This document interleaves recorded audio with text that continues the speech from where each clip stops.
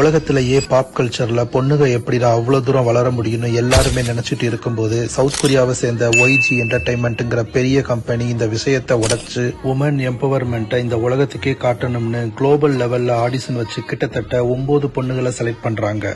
ஆனா YG entertainment கொடுத்த 4 வருஷம் கடுமையான ட்ரைனிங்ல வீட்டுக்கு போகாம, பாய் ஃப்ரெண்ட்ஸை மீட் பண்ணாம, ஃப்ரெண்ட்ஸோட வெளியே போகாம 4 வருஷம் வெறும் ட்ரைனிங்னு இந்த 4 வருஷ பிரஷர்ல தாக்கு பிடிச்ச லிசா, ஜெனி, ரோஸ், ஜிசோ